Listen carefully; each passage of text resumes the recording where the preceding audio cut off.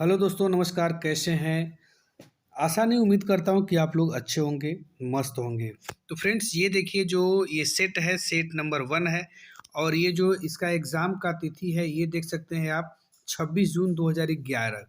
26 जून 2011 को ये पेपर हुआ है। तो फ्रेंड्स, आइए मेरे साथ वीडियो में बने रहें बिना लेट किए हुए। फ्रेंड्स, ये जो प्रश्न है, प्रश्न संख्या 1 क्या कह रहा है कि निम्नलिखित प्रश्नों के उत्तर देने के लिए सबसे उचित विकल्प चुनना है। थोड़ा सा फ्रेंड्स, ये सीटेट का जो पेपर आता है, बहुत लेंदी आता है, बहुत बड़ा बड़ा आता है। और इसमें सबसे बड़ी क्वालिटी आपकी पढ़ने की होती है, और आप कितना पढ़ते हैं और इसको कितना समझ पाते हैं, आपके समझ के ऊपर ही आधारित होता है।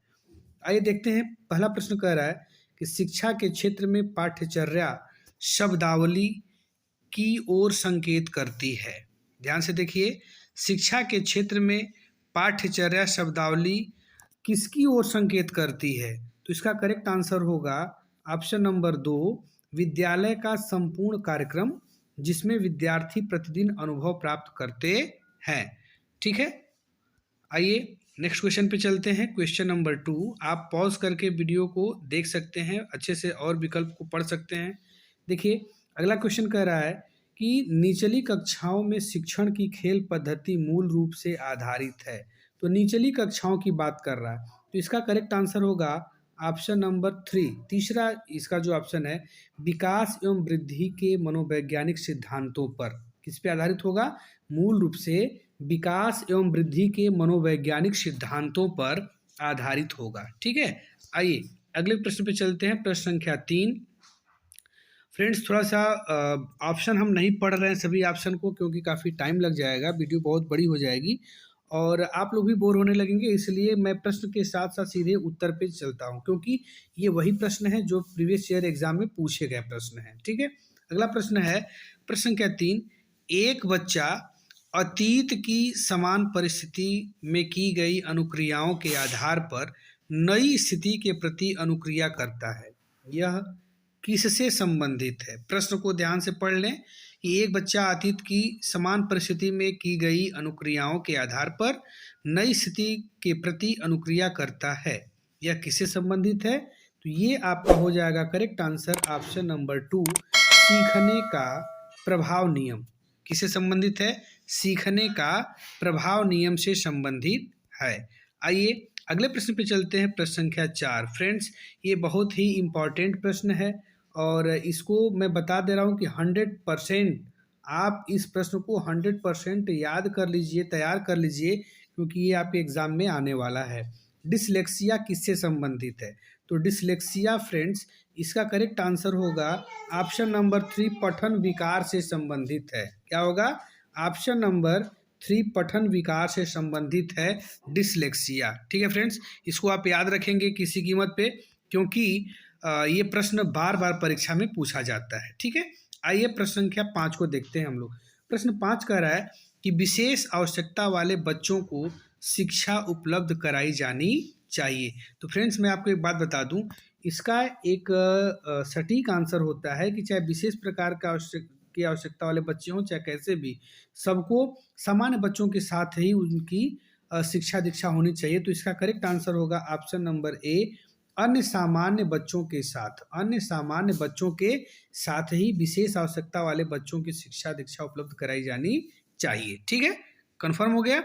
कुछ लोग ऑप्शन नंबर 4 पे टिक लगा सकते हैं, लेकिन ये गलत होगा, ये गलत होगा, ये नहीं होगा। इसका करेक्ट आंसर होगा यही कि अन्य सामान्य बच्चों के साथ ही उनकी आवश्यकता वाले बच्चों को शिक्षा उपलब्ध कराई जानी चाहिए। अगला प्रश्न है प्रश्न संख्या 6, कह रहा है कि आकलन को उपयोगी और रोचक प्रक्रिया बनाने के लिए ब्लैंक है के प्रति सचेत होना चाहिए। तो किसके प्रति सचेत होना चाहिए? इसका करेक्ट आंसर होगा फ्रेंड्स ऑप्शन नंबर 2, विद्यार्थियों को बुद्धिमान या औसत शिक्षार्थी की उपाधि देना। ठीक है, विद्यार्थियों को बुद्धिमान या औसत शिक्षार्थी की उपाधि देना ही इसके प्रति सचेत होना चाहिए। चलिए अगला प्रश्न है प्रश्न संख्या 7। देखिए, ये कह रहा प्रतिभाशाली होने का संकेत नहीं है। वीवीआई क्वेश्चन, इसको भी मैं कह सकता हूँ 100% इसको आप तैयार कर लेंगे फ्रेंड्स। कह रहा है कि प्रतिभाशाली होने का संकेत नहीं है। इस पे इसको ध्यान देना है कि नहीं है। सृजनात्मक विचार, दूसरों के साथ झगड़ना, अभिव्यक्ति में नवीनता, जिज्ञासा। तो इसको आप देख लीजिए, इससे कन्फर्म आपको हो जाएगा कि ये जो प्रतिभाशाली बच्चे होते हैं उनके अंदर ये जो चीज़ है नहीं होना चाहिए, और नहीं भी होता है, संकेत नहीं है कि दूसरों के साथ झगड़ना, ये नहीं होना चाहिए। ओके, आइए अगले प्रश्न पे चलते हैं। प्रश्न संख्या 8। बच्चे दुनिया के बारे में अपनी समझ का सृजन करते हैं, इसका श्रेय किसको जाता है? इसको हम 110% में बता दूं फ्रेंड्स कि ये परीक्षा में पूछा जाता है, और वैसे ये तो सारे प्रश्न पूछे ही गए हैं, लेकिन अगर टुकड़ों में प्रश्न बनाता है, कई सेट में बनाता है, तो ये प्रश्न जरूर पूछ लिया जाता है। जिसमें मैं इंडिकेट कर रहा हूँ उसको तो आप घोल करके पी ही जाइएगा कि बच्चे दुनिया के बारे में अपनी समझ का सृजन करते हैं, इसका श्रेय किसको जाता है? इसका श्रेय जीन पियाजे को जाता है। Option number A is correct answer. Okay, आइए अगले प्रश्न पे चलते हैं। अगला प्रश्न है प्रश्न संख्या 9। कह रहा है कि कृतिका अक्सर घर में ज़्यादा बात नहीं करती। ध्यान दीजिएगा, कह रहा है कि कृतिका अक्सर घर में ज़्यादा बात नहीं करती, लेकिन विद्यालय में वह काफ़ी बात करती है। यह दर्शाता है कि, यह क्या दर्शाता है इसको? पहला ऑप्शन है विद्यालय हर समय बच्चों को खूब बात करने का अवसर देता है। दूसरा है शिक्षकों की यह मांग होती है कि बच्चे विद्यालय में खूब बात करें। तीसरा है कृतिका को अपना घर बिल्कुल पसंद नहीं है। और चौथा ऑप्शन है उसके विचारों को विद्यालय में मान्यता मिलती है। तो मेरे फ्रेंड्स, इसका करेक्ट आंसर होगा ऑप्शन नंबर 4। क्यों कृतिका विद्यालय में ज़्यादा बात क्यों करती है? क्योंकि उसके विचारों को विद्यालय में ज़्यादा मान्यता मिलती है, इसलिए वो ज़्यादा बात कर पाती है। ओके, चलिए अगला प्रश्न है प्रश्न संख्या 10।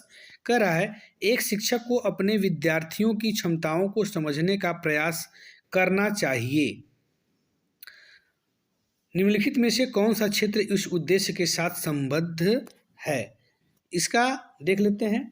ऑप्शन नंबर ए शिक्षा समाजशास्त्र, सामाजिक दर्शन, मीडिया मनोविज्ञान और शिक्षा मनोविज्ञान।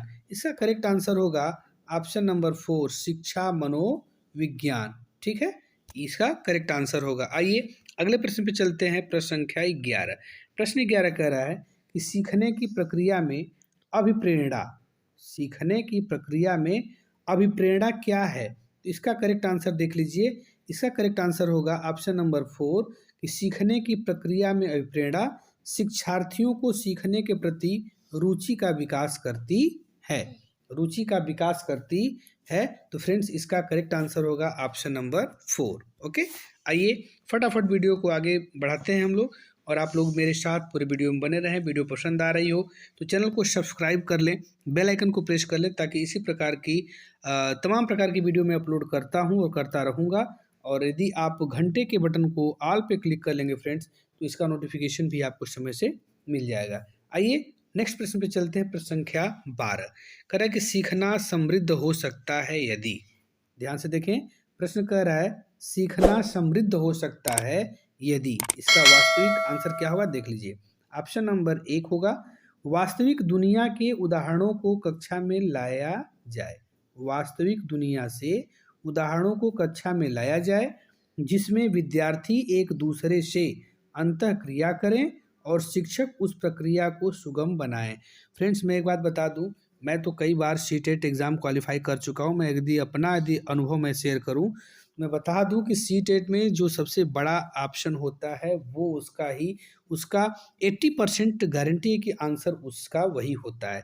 इसलिए थोड़ा सा यदि अगर प्रश्न समझ में आए तो अच्छी बात है, आप कर लें, नहीं तो जहाँ तुक्का मारने की बात है तो उसका जो सबसे बड़ा वाला ऑप्शन होगा उस पर आप जरूर टिक लगा कर आएँ, क्योंकि छोड़ना नहीं है। आइए अगला प्रश्न चलते हैं। अगला प्रश्न कह रहा है प्रश्न संख्या 13। देखिए फ्रेंड, थोड़ा सा ये धुंधला है, कोई बात नहीं, इसको देख लिया जाता है कि निम्न में से कौन से कथन को सीखने की प्रक्रिया की विशेषता नहीं मानना चाहिए। प्रश्न को देखिए, निम्न में से कौन से कथन को सीखने की प्रक्रिया की विशेषता नहीं मानना चाहिए। इसका करेक्ट आंसर होगा ऑप्शन नंबर ए शैक्षिक संस्थान ही एकमात्र स्थान है जहां अधिगम प्राप्त होता है, इसको नहीं मानना चाहिए। प्रश्न समझ में आया? तो बस शैक्षणिक संस्थान जो होता है वहीं पे केवल नहीं सीखा जा सकता है, सीखने को कहीं भी सीखा जा सकता है, इसलिए इसको नहीं मानना चाहिए, विशेषता नहीं है। ठीक है, आइए अगला प्रश्न देख लेते हैं। प्रश्न संख्या 14, पांचवी कक्षा के दृष्टिबाधित विद्यार्थी, ध्यान से देखें, पांचवी क्लास का एक ऐसा बच्चा है जो दृष्टिबाधित है। तो क्या है, देखिए इसमें भी अभी मैंने एक आप लोगों को ट्रिक बताया कि यदि आपको प्रश्न पढ़ते हैं, बहुत ज़्यादा प्रश्न लेंदी दिया हुआ है उसका आंसर, तो जो सबसे बड़ा ऑप्शन होता है उस पर आप जरूर टिक लगा देंगे, क्योंकि माइनस मार्किंग होता नहीं है, प्रश्न को छोड़ना नहीं है। अगर प्रश्न समझ में आए तो अच्छी बात है, कर लीजिए, नहीं आता है तो सीधे बड़े वाले पे लगा दीजिए। देखिए इसका ऑप्शन नंबर 3 करेक्ट होगा।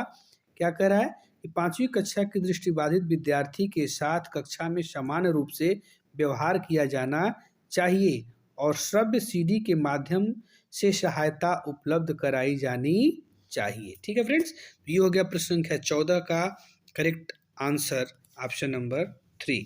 आइए 15 नंबर का प्रश्न देखते हैं। प्राथमिक स्तर पर एक शिक्षक में निम्न में से किसे सबसे महत्वपूर्ण विशेषता मानना चाहिए। प्राथमिक स्तर की बात कर रहा है, तो प्राथमिक स्तर पर एक शिक्षक में जो सबसे महत्वपूर्ण विशेषता है वो है ऑप्शन नंबर 2, धैर्य और दृढ़ता। धैर्य और दृढ़ता प्राथमिक स्तर के शिक्षक के पास होना चाहिए। ऐसा नहीं है कि छोटा सा बच्चा आए और आपको गुस्सा आ जाए और उसको मार पीट पाट दीजिए, ऐसा मत कीजिएगा मेरे दोस्त। याद रखिएगा कि यदि आप प्राथमिक शिक्षक बनना चाहते हैं तो आपके अंदर धैर्य और दृढ़ता होनी चाहिए। चलिए अगला प्रश्न देख लेते हैं। प्रश्न संख्या 16, वह अवस्था जब बच्चा तार्किक रूप से वस्तुओं व घटनाओं के विषय में चिंतन प्रारंभ करता है। वीवीआई क्वेश्चन 100% परीक्षा में प्रश्न पूछा जाता है। ये तो मैं बार बार कह रहा हूँ कि ये परीक्षा में पूछे गए प्रश्न ही हैं, वो वही पेपर ही है, लेकिन आप यूपी टेट देते हैं, बी टेट देते हैं या सी टेट का ही पेपर देते हैं तो ये अक्सर ये प्रश्न रिपीटेड होते हैं दोस्त, इसको आप याद रखेंगे। कह रहे हैं कि वह अवस्था जब बच्चा तार्किक रूप से वस्तुओं और घटनाओं के विषय में चिंतन प्रारंभ करता है उसे हम कहते हैं मूर्त संक्रियात्मक अवस्था, ऑप्शन नंबर 4, मूर्त संक्रियात्मक अवस्था। आइए फ्रेंड्स अगले क्वेश्चन पे चलते हैं। क्वेश्चन नंबर 17, 17वां नंबर है। कह रहा है प्रश्न कि एक शिक्षक अपने लोकतांत्रिक स्वभाव के कारण विद्यार्थियों को पूरी कक्षा में कहीं भी बैठने की अनुमति देता है। कुछ शिक्षार्थी एक साथ बैठते हैं और चर्चा करते हैं या सामूहिक पठन करते हैं, कुछ चुपचाप बैठकर अपने आप पढ़ते हैं। एक अभिभावक को यह पसंद नहीं आता। इस स्थिति से निपटने का निम्न में से कौन सा तरीका सबसे बेहतर हो सकता है। तो फ्रेंड्स आइए इस प्रश्न का उत्तर जान लेते हैं। ये प्रश्न संख्या 17 और 17 का करेक्ट आंसर होगा ऑप्शन नंबर 3। तीसरा जो है ऑप्शन इसका करेक्ट होगा। जब अभिभावक नाराज होते हैं तो उस कंडीशन में हमें क्या करना चाहिए। ऑप्शन नंबर 3 करेक्ट होगा कि अभिभावकों को शिक्षक पर विश्वास व्यक्त करना चाहिए और शिक्षक के साथ समस्या पर चर्चा करनी चाहिए। ठीक है, आइए अगले प्रश्न पे हम लोग चलते हैं फ्रेंड्स। प्रश्न संख्या 18 मोस्ट इंपॉर्टेंट क्वेश्चन है। कह रहा है कि सीखने के अंतःदृष्टि सिद्धांत को किसने बढ़ावा दिया। 100% गारंटेड। याद रखेंगे कि सीखने के अंतःदृष्टि सिद्धांत को किसने बढ़ावा दिया। इसका करेक्ट आंसर होगा ऑप्शन नंबर ए, गेस्टाल्ट सिद्धांतवादियों ने। ठीक है, गेस्टाल्ट सिद्धांतवादी ने सीखने के अंतःदृष्टि सिद्धांत को बढ़ावा दिया। नेक्स्ट क्वेश्चन है, बच्चों के बौद्धिक विकास की 4 विशिष्ट अवस्थाओं की पहचान की गई है। यदि आप सीटेट का एग्जाम देने जा रहे हैं तो इस प्रश्न को रट लीजिएगा और उसके साथ साथ आप जिन पियाजे को घोल कर पी जाइएगा, क्योंकि जिन पियाजे से प्रश्न छूटने वाला नहीं है। इसका करेक्ट आंसर होगा मेरे दोस्त ऑप्शन नंबर 4, जीन पियाजे द्वारा। बच्चों के बौद्धिक विकास की जो चार विशिष्ट अवस्थाएं दी गई हैं वो है जीन पियाजे के द्वारा। ठीक है, आइए अगला प्रश्न चलते हैं। प्रश्न संख्या 20। प्रश्न संख्या 20 क्या कर रहा है कि निम्नलिखित में से किस अवस्था में बच्चे अपने समवयस्क समूह के सक्रिय सदस्य हो जाते हैं। Most important question. इसका करेक्ट आंसर होगा किशोरावस्था। और इस अवस्था को आपको पता है तूफानी अवस्था, झंझोरा अवस्था, क्या क्या अवस्था कहा जा सकता है, क्योंकि इस अवस्था में बच्चों को संभाल पाना बहुत ही मुश्किल होता है। तो वही कह रहा है कि अपने समवयस्क समूह के सक्रिय सदस्य कब हो जाते हैं, किस अवस्था में? तो किशोरावस्था में। ठीक है, आइए अगला प्रश्न देखते हैं। प्रश्न कह रहा है, प्रश्न संख्या 21, कि बच्चों को सीखने की प्रक्रिया में माता पिता को खाली स्थान भूमिका निभानी चाहिए। किस प्रकार की भूमिका निभानी चाहिए?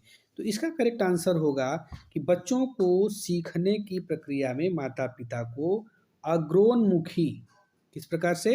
अग्रोन्मुखी भूमिका निभानी चाहिए। इसका करेक्ट आंसर होगा ऑप्शन नंबर 2। चलिए 22 नंबर का प्रश्न देख लेते हैं। विकास कभी न समाप्त होने वाली प्रक्रिया है, यह विचार किससे संबंधित है? मोस्ट इंपॉर्टेंट क्वेश्चन फ्रेंड्स, याद रखेंगे।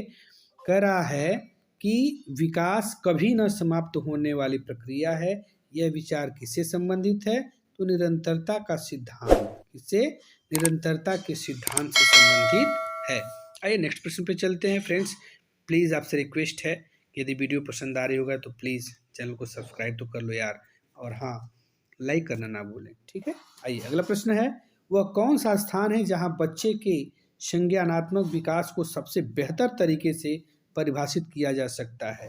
इसका करेक्ट आंसर होगा कि विद्यालय एवं कक्षा पर्यावरण। विद्यालय एवं कक्षा का पर्यावरण, जहाँ पे बच्चे के संज्ञानात्मक विकास को सबसे बेहतर तरीके से परिभाषित किया जा सकता है। आइए अगला प्रश्न है, प्रश्न संख्या 24। प्रश्न संख्या 24 क्या कह रहा है, इसको देख लेते हैं। निम्न में से कौन सा बुद्धिमान बच्चे का लक्षण नहीं है?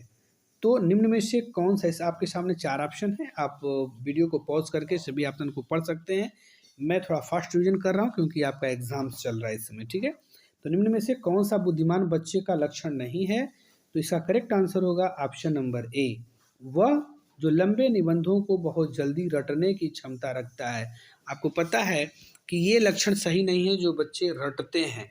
रटना जहाँ आ गया उसको आप तुरंत उस आंसर को हटा दीजिएगा, आप उस पर टिक नहीं लगाएंगे। ठीक है, आइए अगला प्रश्न देख लेते हैं। प्रश्न संख्या 26 क्या कह रहा है? पहले खाली स्थान दिया है, ब्लैंक है, को एक अभिप्रेरित शिक्षण का संकेतक माना जाता है। ठीक है, किसको? प्रश्न कह रहा है किसको एक अभिप्रेरित शिक्षण का संकेत माना जाता है? इसका करेक्ट आंसर होगा ऑप्शन नंबर 3, विद्यार्थियों द्वारा प्रश्न पूछना। विद्यार्थियों द्वारा प्रश्न पूछने को ही एक अभिप्रेरित शिक्षण का संकेत माना जाता है। ठीक है, यदि आप पढ़ा रहे होते हैं विद्यालय में, अगर बच्चा आपसे डर रहा है, आपसे प्रश्न नहीं पूछ रहा है, तो फिर ये वो उस संकेत की तरफ इशारा नहीं कर रहा है। लेकिन यदि बच्चा विद्यार्थी आपके क्लास में यदि प्रश्न पूछता है तो ये एक अभिप्रेरित शिक्षण का संकेत माना जाएगा। ठीक है, आइए अगला प्रश्न पे चलते हैं। प्रश्न संख्या 26, निम्न में से कौन सा बच्चे की सामाजिक मनोवैज्ञानिक आवश्यकताओं के साथ संबद्ध नहीं है? इसका करेक्ट आंसर होगा ऑप्शन नंबर 3, शरीर से अपशिष्ट पदार्थों का नियमित रूप से बाहर निकलना। शरीर से अपशिष्ट पदार्थों का नियमित रूप से बाहर निकलना बच्चे की सामाजिक मनोवैज्ञानिक आवश्यकताओं के साथ संबद्ध नहीं रखता है। ओके, आइए नेक्स्ट क्वेश्चन पे चलते हैं। क्वेश्चन नंबर 27 नंबर, मन का मानचित्रण संबंधित है। मन का मानचित्रण किससे संबंधित है? ऑप्शन नंबर 4, मन की क्रियाशीलता पर अनुसंधान से। मन की क्रियाशीलता पर अनुसंधान से मन का मानचित्रण संबंधित है। नेक्स्ट क्वेश्चन है फ्रेंड्स, प्रश्न संख्या 28, विशेष रूप से प्राथमिक स्तर पर विद्यार्थियों की सीखने संबंधी समस्याओं को संबोधित करने का सबसे बेहतर तरीका है। इसका सबसे बेहतर तरीका होगा ऑप्शन नंबर ए, अक्षमता के अनुरूप विभिन्न शिक्षण पद्धतियों का प्रयोग करना। ओके, याद रखेंगे। आइए हम चलते हैं क्वेश्चन नंबर 29 पे। फ्रेंड्स, ये जो सेट है, इस सेट को आप अच्छे से तैयार कर लें, क्योंकि इस सेट से तैयारी करने से आपको एक अनुभव मिलेगा और परीक्षा में आप प्रश्नों को बहुत आसान तरीके से सॉल्व कर सकते हैं।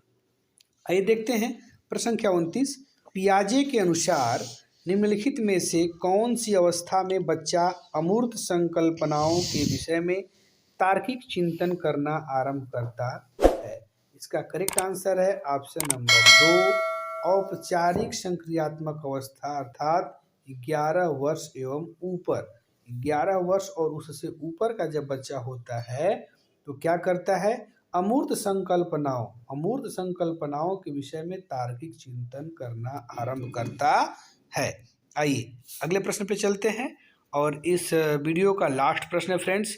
और ऐसे ही वीडियो पाने के लिए मेरे चैनल को सब्सक्राइब कर लें, बेल आइकन को प्रेस कर लें और घंटे के बटन पे ऑल पे क्लिक कर लें ताकि जैसे ही मैं वीडियो अपलोड करूं उसका नोटिफिकेशन आपको समय से मिल जाए। आइए बिना लेट किए प्रश्न देख लेते हैं। प्रश्न है, निम्न में से कौन सा शिक्षार्थियों में सृजनात्मकता का पोषण करता है? निम्न में से कौन सा शिक्षार्थियों में सृजनात्मकता का पोषण करता है? इसका करेक्ट आंसर होगा ऑप्शन नंबर 2, प्रत्येक शिक्षार्थी की अंतर्जात प्रतिभाओं का पोषण करने एवं प्रश्न करने के अवसर उपलब्ध कराना। ओके, इसका करेक्ट आंसर है। ठीक है फ्रेंड्स, अगले वीडियो में हम पुनः मिलेंगे, तब तक के लिए ओके बाय बाय।